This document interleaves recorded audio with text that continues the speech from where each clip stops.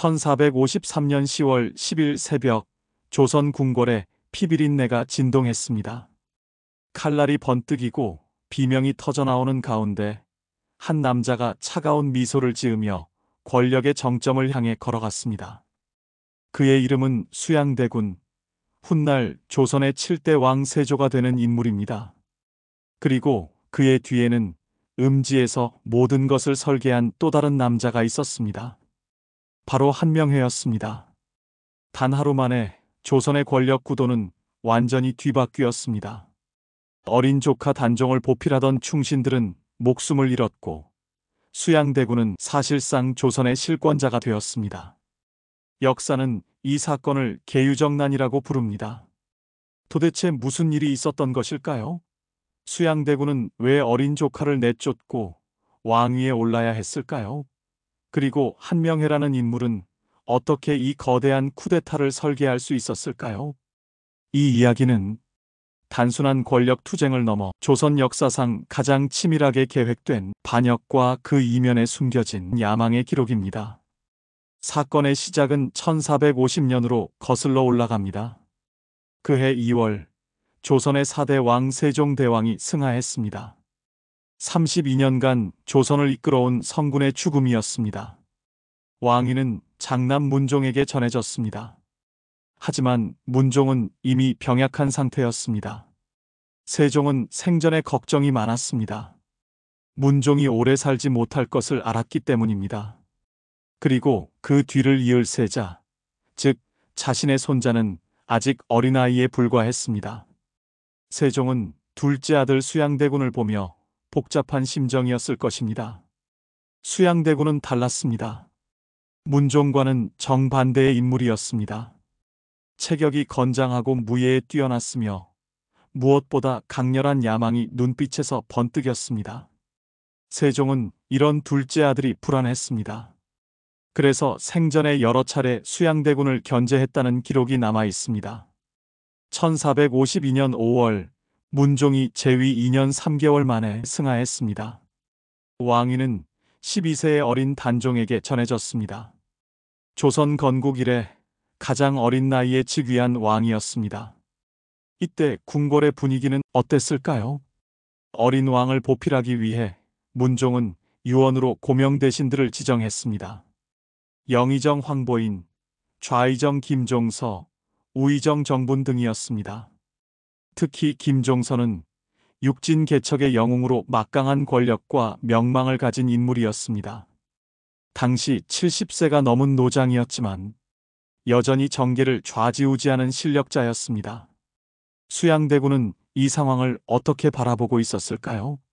그는 조용히 때를 기다리고 있었습니다.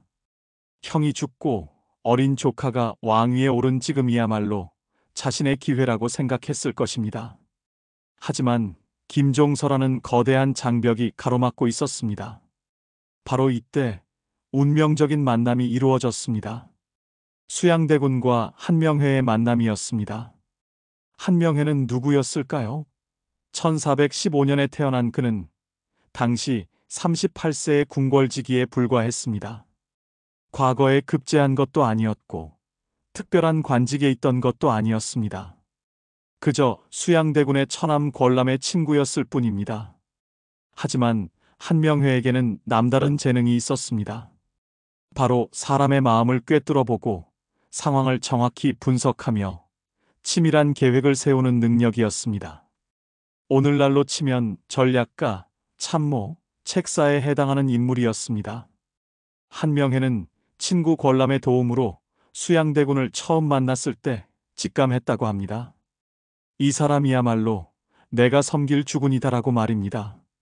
그리고 수양대군 역시 한명회의 재능을 단번에 알아봤습니다. 조선왕조실록에는 한명회에 대해 이렇게 기록되어 있습니다.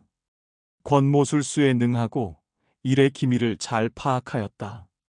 칭찬인지 비난인지 모호한 표현이지만 분명한 것은 그가 범상치 않은 인물이었다는 점입니다. 한명회가 수양대군에게 처음 한 말은 무엇이었을까요? 야사에는 이런 이야기가 전해집니다. 지금 조정은 김종서의 손아귀에 있습니다. 대군께서 가만히 계시다가는 언젠가 제거당할 것입니다. 이것은 과장이 아니었습니다. 실제로 김종서를 비롯한 고명 대신들은 왕실 종친들을 경계하고 있었습니다. 특히 수양대군처럼 야망이 큰 인물은 더욱 그러했습니다. 수양대군도 이를 잘 알고 있었습니다. 한명회는 계속 말을 이었습니다. 먼저 치지 않으면 먼저 당할 것입니다. 결단을 내리셔야 합니다. 이것이 계유정난의 시작이었습니다. 한 음모가의 속삭임이 조선 역사를 바꾸는 순간이었습니다. 한명회는 단순히 말만 한 것이 아니었습니다. 그는 즉시 구체적인 계획을 세우기 시작했습니다. 먼저 필요한 것은 동지들이었습니다. 쿠데타를 성공시키려면 군사력이 필요했고, 그러려면 무장들을 끌어들여야 했습니다. 한명회가 가장 먼저 접촉한 인물은 홍달손이었습니다. 홍달손은 무관 출신으로 용맹하기로 유명했습니다. 한명회는 그의 집을 찾아가 은밀히 계획을 설명했습니다. 처음에 홍달손은 주저했습니다. 영모는 목숨을 거는 일이었기 때문입니다. 하지만 한명회는 설득의 귀재였습니다. 지금 조정의 실권은 모두 신하들 손에 있습니다. 왕실은 허수아비가 되어가고 있습니다. 수양대군께서 나서지 않으면 조선의 미래가 없습니다. 한명회의 논리는 명분과 실리를 모두 갖추고 있었습니다. 결국 홍달손이 합류했고, 이어서 양정, 권람 등이 차례로 동참했습니다. 이들은 모두 무예에 능한 무장들이었습니다. 하지만 한명회의 준비는 여기서 그치지 않았습니다. 그는 김종서의 동선을 파악하기 시작했습니다. 언제 어디로 가는지, 누구를 만나는지, 심지어 집의 구조까지 샅샅이 조사했습니다. 또한 궁궐 내부의 상황도 파악했습니다. 어느 문이 경비가 허술한지, 어느 시간에 군사교대가 이루어지는지 모든 것을 치밀하게 계획했습니다. 수양대군은 겉으로는 아무렇지 않은 척 평소와 똑같이 행동했습니다. 조정회의에도 참석하고 김종서와도 공손하게 대화를 나눴습니다. 마치 아무런 야심도 없는 순한 왕자처럼 행동했습니다. 이것이 한명회의 전략이었습니다. 적이 방심할 때까지 기다리십시오. 그리고 한 번에 끝내는 겁니다. 수양대군은 한명회의 말을 따랐습니다. 그리고 1453년 가을, 드디어 그날이 다가왔습니다. 1453년 10월 10일, 계유년 10월 초순, 그날은 평범한 가을날이었습니다. 아침에 조정회의가 있었고 대신들은 국사를 논했습니다. 김종서는 여느 때처럼 단정한 모습으로 임금을 아련했습니다. 저녁이 되자 관료들은 집으로 돌아갔습니다. 하루 일과가 끝난 것입니다. 김종서도 자신의 집으로 향했습니다. 70이 넘은 고령의 노인은 피곤했고 일찍 잠자리에 들 계획이었습니다. 하지만 그날 밤 운명이 기다리고 있었습니다. 문 밖에서 급한 목소리가 들렸습니다. 영의정 대감, 수양대군께서 급히 뵙고자 하십니다. 김종서는 의아해했지만 거절할 수 없었습니다. 대군이 직접 찾아온 것이니 만나지 않을 수 없었습니다. 수양대군이 김종서의 집에 들어섰습니다. 그리고 그 뒤를 홍달손과 양정이 따랐습니다. 김종서가 인사를 올리려는 순간 갑자기 홍달손과 양정이 칼과 철퇴를 빼들었습니다. 이 역정놈이라고 외치며 김종서에게 달려들었습니다. 70세가 넘은 노인이었지만 김종서는 저항했습니다. 하지만 무장한 젊은 무사들을 당해낼 수는 없었습니다. 순식간에 김종서는 피를 흘리며 쓰러졌습니다. 조선 최고의 명장이자 권력자였던 김종서의 최후였습니다.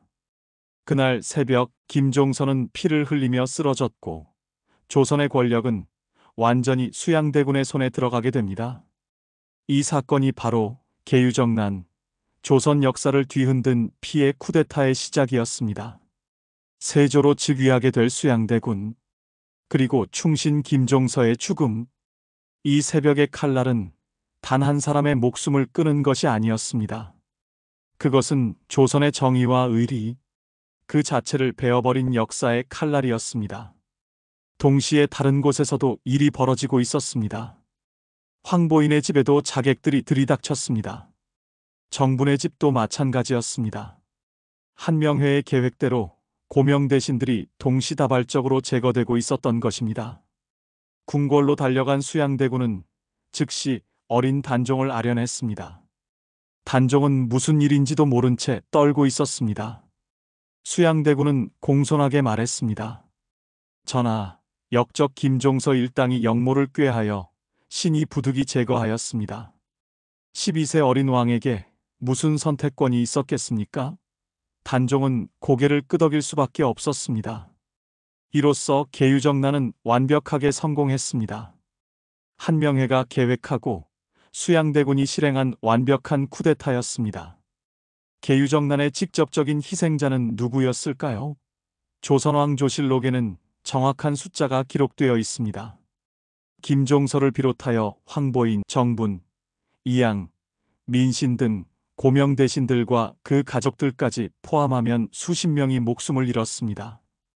특히 비극적이었던 것은 김종서의 가족들이었습니다. 그의 아들들도 모두 처형되었고 손자들은 노비로 전락했습니다. 육진개척의 영웅이었던 김종서의 집안이 하루아침에 역적의 가문이 되어버린 것입니다. 수양대군은 왜 이렇게 잔인하게 처리했을까요? 한명회의 조언 때문이었습니다. 뿌리를 남겨두면 언젠가 다시 싹이 틉니다. 완전히 제거해야 합니다. 냉정하고도 잔혹한 논리였지만 권력을 쥐기 위해서는 필요한 조치였습니다. 그날 이후 조선의 권력 구도는 완전히 바뀌었습니다. 수양대군은 이조판서, 병조판서를 겸임하며 사실상 모든 권력을 장악했습니다. 어린 단종은 허수아비 왕이 되었습니다. 한명회는 어떻게 되었을까요?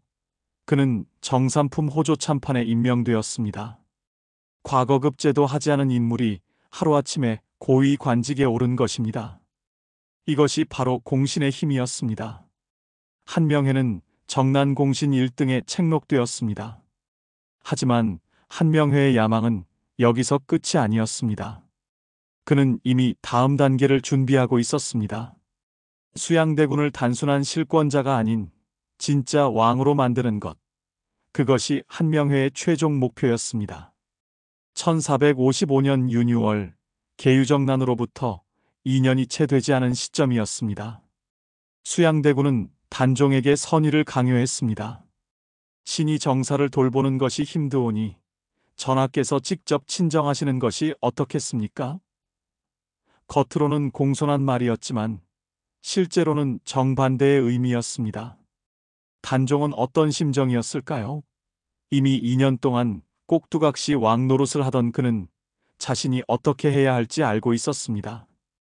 거부할 힘도 저항할 방법도 없었습니다. 결국 단종은 왕위를 수양대군에게 넘겼습니다. 아니, 정확히 말하면 빼앗긴 것입니다. 수양대군은 조선의 제7대 왕 세조가 되었습니다. 그리고 단종은 상왕으로 물러났습니다. 겉으로는 존중받았습니다. 여전히 궁궐에 살았고 예우도 받았습니다. 하지만 실상은 감시였습니다. 단종은 매일 두려움 속에서 살았습니다. 나는 언제 죽을까? 삼촌이 나를 살려두실까 하는 생각이 머리를 떠나지 않았을 것입니다. 실제로 역사가 증명합니다.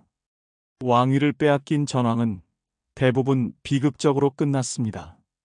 중국의 역사를 보면 당나라의 이세민은 형과 동생을 죽이고 왕이 되었고 송나라의 태종은 형의 아들들을 제거했습니다. 조선도 다르지 않았습니다. 세조와 한명회는 알고 있었습니다. 단종이 살아있는 한 그는 위협이라는 것을. 충성파들이 단종을 중심으로 뭉칠 수 있었고 언제든 반란이 일어날 수 있었습니다. 그리고 실제로 그 일이 일어났습니다. 성삼문, 박팽년, 하위지, 이계, 유성원, 유응부 이들은 모두 젊고 뛰어난 학자들이었습니다. 세종시대의 집현전 학사로 활동했고 훈민정음 창제에도 참여했습니다. 그들은 단종을 섬기던 신하들이었습니다. 계유정난이 일어났을 때 그들은 분노했습니다. 이것은 역모이고 수양대군은 역적이라고 생각했습니다. 하지만 당시에는 힘이 없었습니다. 참을 수밖에 없었습니다. 그리고 1455년 단종이 왕위를 빼앗겼습니다. 성산문은 결심했습니다. 더 이상 참을 수 없다고, 우리가 전하를 복위시켜야 한다고 생각했습니다. 그들은 비밀리에 모였습니다. 어떻게 하면 전하를 다시 왕위에 올릴 수 있을까 고민했습니다. 계획이 세워졌습니다. 1456년 명나라 사신이 조선을 방문할 예정이었습니다. 그때 연회가 열릴 것이었습니다. 연회 때 세조를 습격하고 단종을 복위시키자는 계획이었습니다. 위험한 계획이었습니다. 실패하면 죽음이었습니다. 하지만 그들은 두려워하지 않았습니다. 의리를 위해서라면 목숨쯤은 아깝지 않다고 생각했습니다. 성산문은 동지들을 모았습니다. 1456년 6월 거사일이 다가왔습니다. 그런데 비극이 일어나고 말았습니다. 거사 직전 김질이라는 사람이 있었습니다. 그도 처음에는 모의에 참여했습니다. 하지만 막상 거사일이 다가오자 두려워졌습니다.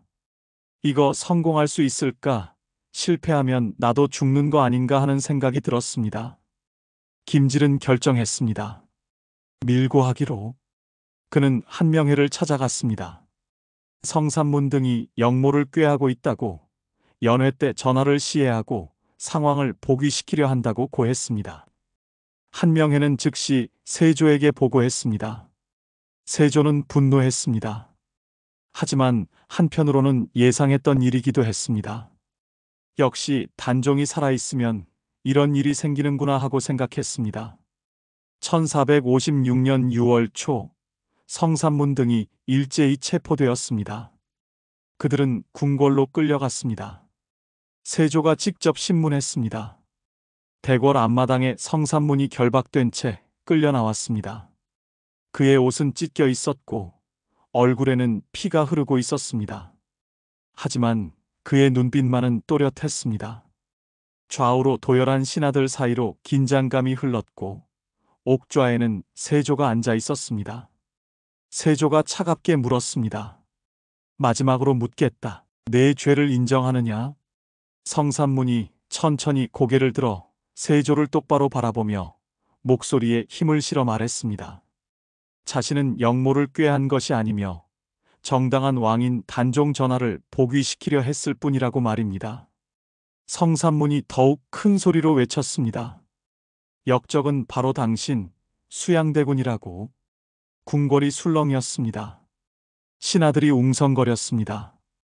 세조는 손을 들어 신하들을 제지하고 성산문을 내려다보았습니다. 내가 무슨 말을 하고 있는지 아느냐고 물었습니다.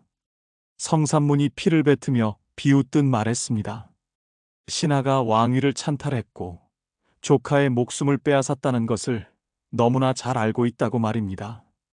결국 성산문은 더 이상 말할 수 없었습니다. 1456년 6월 8일 성산문, 박팽년, 하위지, 이계, 유성원, 유응부 6명의 충신이 처형되었습니다. 사육신이라 불리게 되는 이들의 죽음은 처참했습니다.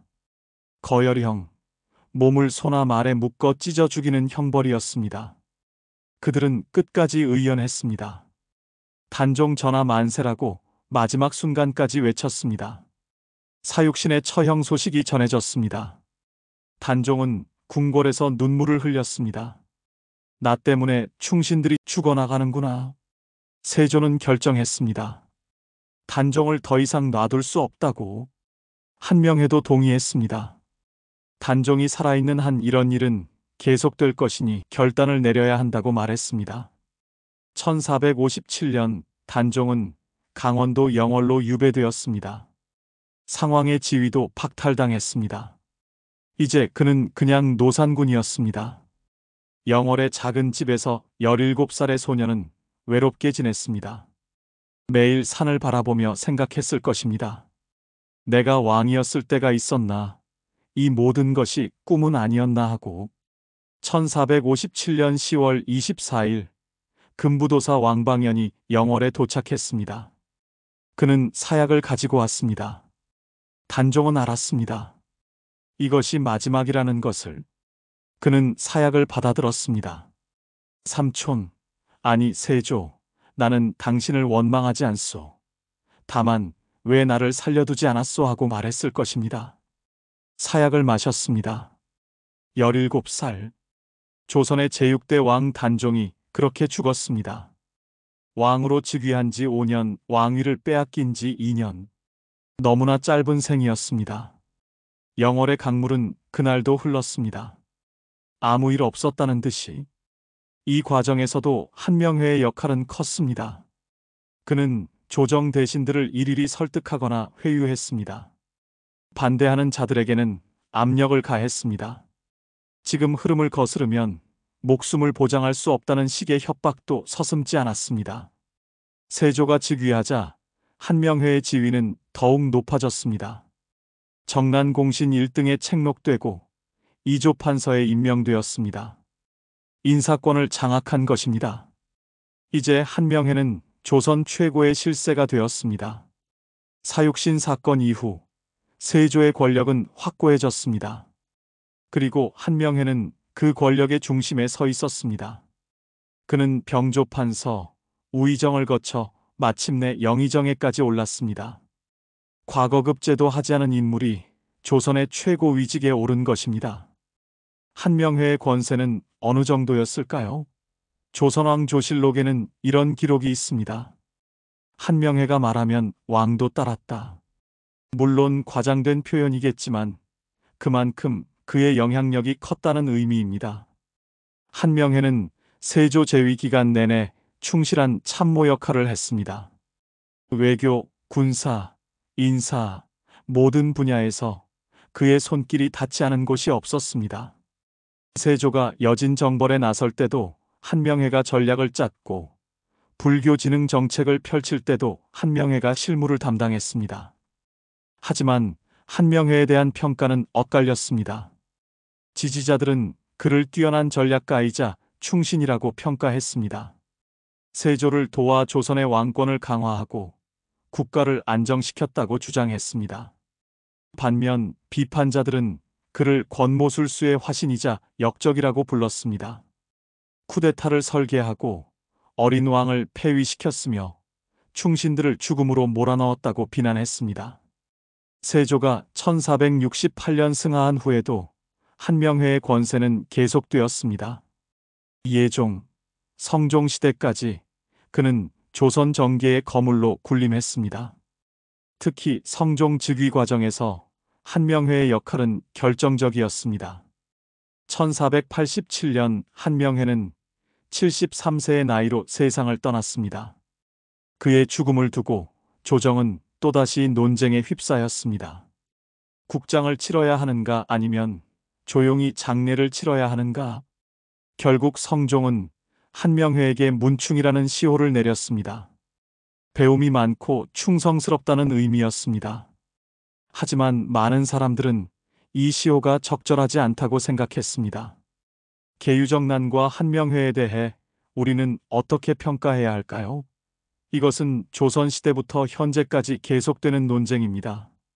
먼저 긍정적 평가를 살펴보겠습니다. 일부 학자들은 계유정난이 불가피했다고 주장합니다. 당시 김종서를 비롯한 고명대신들이 너무 많은 권력을 쥐고 있었고, 이는 왕권을 위협하는 요소였다는 것입니다. 수양대군과 한명회가 나서지 않았다면 조선은 신하들이 왕을 좌지우지하는 나라가 되었을 것이라고 봅니다. 또한 세조의 업적도 무시할 수 없습니다. 그는 직전 제도를 정비하고 국방을 강화했으며 경국대전 편찬의 기초를 다졌습니다. 한명회 역시 이러한 업적에 크게 기여했습니다. 하지만 부정적 평가가 더 많은 것도 사실입니다. 계유정난은 명백한 쿠데타였고 수많은 무고한 사람들이 목숨을 잃었습니다. 특히 단종의 비극은 조선 역사상 가장 슬픈 사건 중 하나로 기억됩니다. 한명회에 대한 비판은 더욱 가혹합니다. 연려실 기술 같은 야사에는 한명회를 천하의 간신이라고 표현한 부분이 많습니다. 권력을 위해 수단과 방법을 가리지 않았고 무고한 사람들을 죽음으로 몰아넣었다는 것입니다. 특히 사육신 사건 때 한명회의 역할은 지금까지도 비판받고 있습니다. 성산문 등이 고문받는 것을 직접 지켜보고 더 혹독하게 처벌하라고 명령했다는 기록도 있습니다. 하지만 우리는 한 가지 질문을 던져봐야 합니다. 만약 한명회가 없었다면 수양대군은 성공할 수 있었을까요? 아마도 불가능했을 것입니다. 수양대군에게는 야망이 있었지만 구체적인 계획이 없었습니다. 무력은 있었지만 전략이 부족했습니다. 한명회가 바로 그 빈틈을 채워준 것입니다. 어떤 학자들은 한명회를 시대의 산물이라고 평가합니다. 그는 권력을 추구했지만 그것은 당시 시대상이 만들어낸 필연이었다는 것입니다. 조선 초기는 왕권과 신권이 충돌하는 혼란의 시대였고 그런 시대에는 한명회 같은 인물이 등장할 수밖에 없었다는 주장입니다. 또한 한명회의 개인적 능력은 인정할 수밖에 없습니다. 그는 뛰어난 전략가였고 탁월한 정치가였으며 시대를 꿰뚫는 통찰력을 가진 인물이었습니다. 만약 그가 바른 길로 그 재능을 사용했다면 어땠을까요? 한명회의 후손들은 어떻게 되었을까요? 흥미롭게도 한명회의 딸이 성종의 비인 공해왕후가 되었습니다. 그리고 그 사이에서 태어난 아들이 바로 조선의 11대 왕 중종입니다. 이것은 무엇을 의미할까요? 한명회가 쿠데타로 시작했지만 결국 그의 후손은 정통 왕실의 일원이 되었다는 것입니다. 역사의 아이러니가 아닐 수 없습니다. 한명회의 집안은 조선시대 내내 명문가로 인정받았습니다. 물론 그의 행적 때문에 비판도 받았지만 권력과 명망을 잃지는 않았습니다. 한명회는 권력을 얻었지만 무엇을 잃었을까요? 그는 평생 역적을 도운 간신이라는 오명을 들어야 했습니다. 살아생전에도 그를 비난하는 목소리가 끊이지 않았고 죽은 후에도 역사는 그를 호의적으로 기록하지 않았습니다. 조선왕 조실록 곳곳에는 한명회를 비판하는 내용이 가득합니다. 권모술수로 일을 꾸미고 충신들을 모함하였으며 오직 권력만을 추구했다는 식의 표현들입니다. 실록 편찬자들조차 한명회를 부정적으로 평가했던 것입니다. 더욱 비극적인 것은 그의 내면이었습니다. 야사에 따르면 한명회는 말년에 악몽에 시달렸다고 합니다. 자신이 죽음으로 몰아넣은 사람들이 꿈에 나타나 괴롭혔다는 것입니다. 물론 이것은 확인되지 않은 이야기지만 당시 사람들이 한명회를 어떻게 바라봤는지 보여주는 대목입니다. 한명회는 과연 후회했을까요? 자신이 저지른 일들에 대해 반성했을까요? 기록에는 그런 내용이 없습니다. 오히려 그는 죽는 순간까지 자신의 선택이 옳았다고 믿었던 것 같습니다. 세조 역시 마찬가지였습니다. 그는 왕위에 오른 후 불교에 심취했고 많은 불사를 일으켰습니다. 일부 학자들은 이것이 세조의 죄책감 때문이었다고 해석합니다. 조카를 죽이고 수많은 신하들을 제거한 것에 대한 속죄였다는 것입니다. 실제로 세조는 말년에 피부병으로 고생했습니다. 온천을 찾아다니며 치료하려 했지만 효과가 없었습니다. 당시 사람들은 이것을 하늘의 징벌이라고 수군거렸습니다. 단종을 죽인 죄 때문에 병을 얻었다는 소문이 퍼졌습니다. 세조는 이런 소문을 들으며 어떤 기분이었을까요? 권력을 얻었지만 마음의 평화는 얻지 못했던 것은 아닐까요? 계유정난과 단종 폐위를 겪은 사람들 중에는 살아남은 이들도 있었습니다. 그들의 증언은 당시 상황을 생생하게 전해줍니다. 대표적인 인물이 신숙주입니다. 그는 본래 치편전 학사로 세종과 문종을 섬기던 학자였습니다. 사육신과 함께 단종을 보필하던 동료였지만 결정적 순간에 세조 편에 섰습니다. 사람들은 신숙주를 변절자라고 비난했습니다. 특히 성삼문 등 사육신과 대비되어 생육신이라는 오명을 얻었습니다. 하지만 신숙주는 자신의 선택을 후회하지 않았습니다. 현실을 직시하고 살아남는 것도 지혜라고 생각했던 것 같습니다. 한명회와 신숙주의 차이는 무엇이었을까요? 한명회는 처음부터 쿠데타를 설계한 주모자였고, 신숙주는 상황에 따라 선택을 바꾼 현실주의자였습니다. 하지만 역사는 둘 다 비슷하게 평가합니다. 반대편에는 생육신이라 불리는 사람들이 있었습니다. 김시습, 원호, 이맹전 등은 세조가 왕위에 오르자 버선발로 산으로 들어가 다시는 벼슬 하지 않았습니다. 그들에게 명예와 권력보다 중요한 것은 절개였습니다. 특히 김시습의 행적은 유명합니다. 그는 신동이라 불릴 정도로 뛰어난 재능을 가진 학자였습니다. 하지만 단종 폐위 소식을 듣고 책을 불태우고 산으로 들어갔습니다. 그리고 평생 떠돌며 살다가 쓸쓸히 생을 마감했습니다. 한명회는 김시습 같은 사람들을 어떻게 생각했을까요? 바보 같다고 여겼을까요? 아니면 의로운 충신이라 생각했을까요? 권력을 얻었지만 마음의 평화를 잃은 한명회와 권력을 버렸지만 자신의 신념을 지킨 김시습. 누가 더 진정한 마음의 평화를 얻었을까요? 시간이 흘러 성종대에 이르렀을 때 조정에서는 단종 복권 논의가 조심스럽게 시작되었습니다. 이미 사건이 일어난 지 수십 년이 지났고 세조도 예종도 세상을 떠난 후였습니다. 하지만 여전히 한명회는 살아 있었습니다. 그는 단종 복권 논의에 강력히 반대했습니다. 선왕의 결정을 뒤집을 수 없다는 것이 그의 논리였습니다. 하지만 진짜 이유는 자신의 과거 행적이 부정당하는 것을 막기 위해서였을 것입니다. 결국 단종이 복권된 것은 한참 뒤인 숙종 때였습니다. 1698년 계유정난으로부터 245년이 지난 후였습니다. 노산군에서 다시 단종으로 복이 되고 묘호까지 받았습니다. 하지만 이미 너무 늦은 후였습니다. 사육신도 마찬가지였습니다.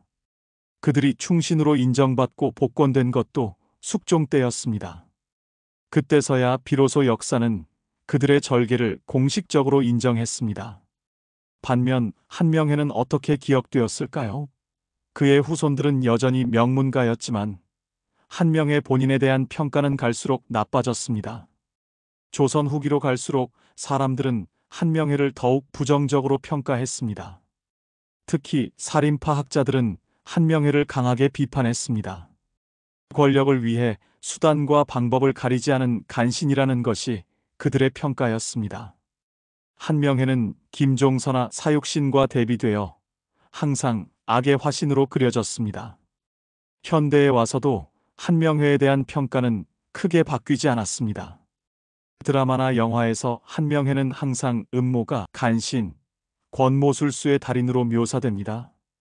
반면 사육신은 충신으로, 단종은 비운의 왕으로 그려집니다. 역사에 만약은 없다고 합니다.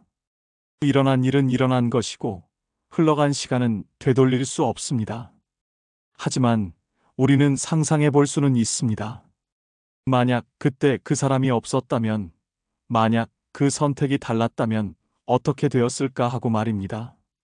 한명회, 그가 없었다면 조선의 역사는 어떻게 달라졌을까요? 하지만 이 모든 것은 상상일 뿐입니다. 역사에서 만약은 없습니다. 한명회는 존재했고 계유정난은 일어났으며 단종은 죽임을 당했습니다. 그것이 우리가 아는 역사입니다. 다만 우리는 이렇게 상상해 봄으로써 배울 수 있습니다. 한 사람의 선택이, 한 사건이 역사를 얼마나 크게 바꿀 수 있는지를 말입니다. 그런데 역사의 정의는 어디에 있는 걸까요? 악인이 번성하고 선인이 고통받는 것을 보며 당시 사람들은 어떤 생각을 했을까요? 하늘이 무너졌다고 느꼈을 것입니다. 하지만 긴 안목으로 보면 정의는 결국 승리했습니다. 한명회는 살아생전 권력을 누렸지만 역사의 평가에서는 완전히 패배했고 죽어서도 부관참시를 당하는 고통과 수모를 겪었습니다. 반면 사육신은 당대에 죽었지만 역사는 그들을 영원한 충신으로 기억합니다. 한 가지 재밌는 상상을 해봅니다. 수양대군과 한명회가 단둘이 있을 때 어떤 대화를 나눴을까요? 기록에는 남아있지 않지만 상상해 볼 수 있습니다. 경은 후회하지 않는가? 우리가 저지른 일을? 한명회가 답합니다. 후회란 약자의 감정입니다. 전하께서는 왕이 되셨고 저는 영의정이 되었습니다. 이것이 성공 아니겠습니까? 전하, 감상에 젖어서는 안 됩니다.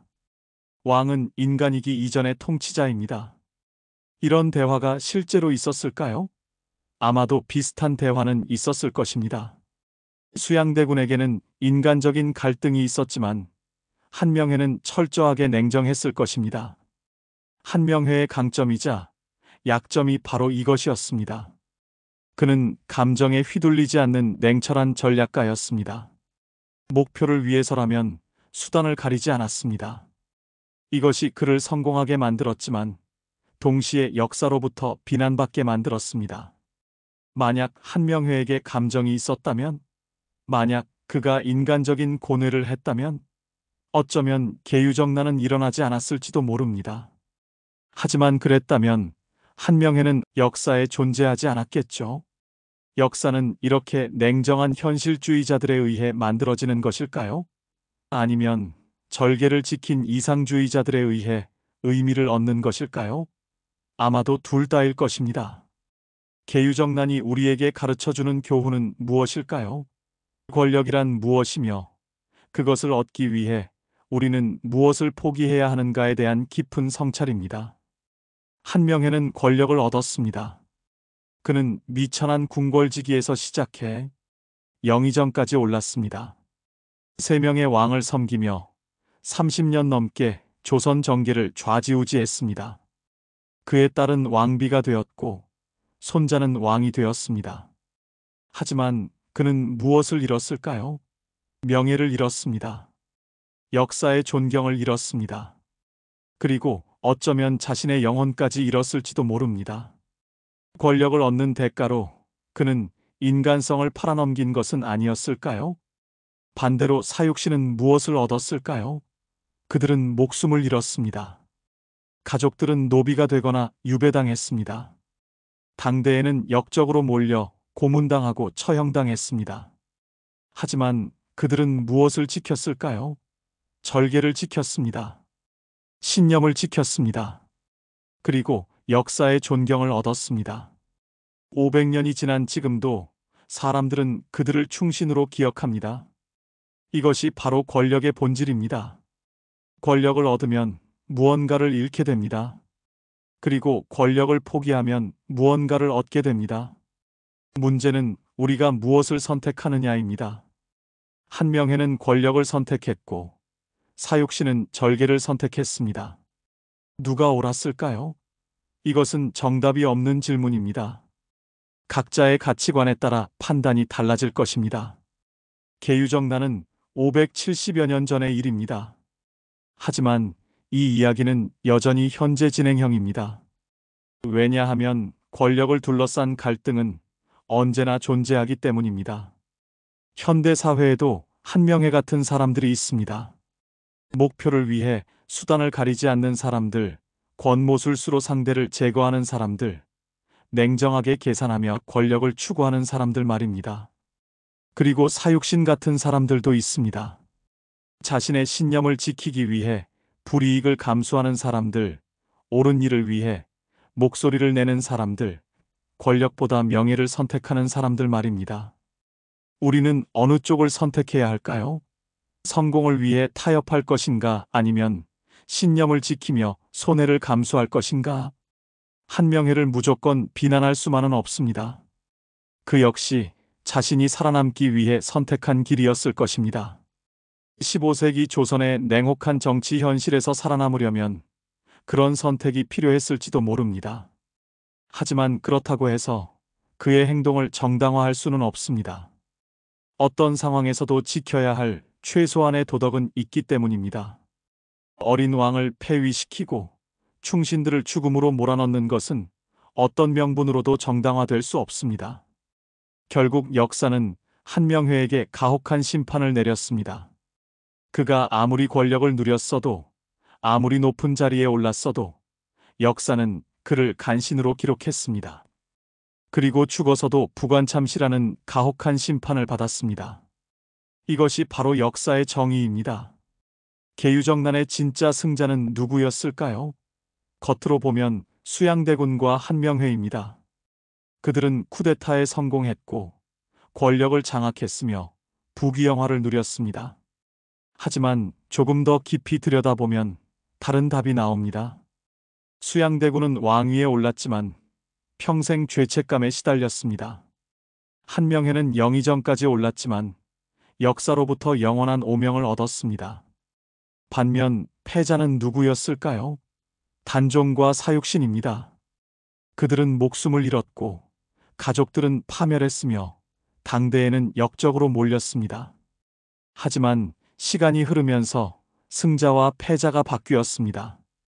단종은 비운의 왕으로 기억되며 사람들의 동정을 받았습니다. 사육신은 충신으로 복권되어 영원한 존경을 받게 되었습니다. 이것이 바로 역사의 아이러니입니다. 당대의 승자가 역사의 패자가 되고 당대의 패자가 역사의 승자가 됩니다.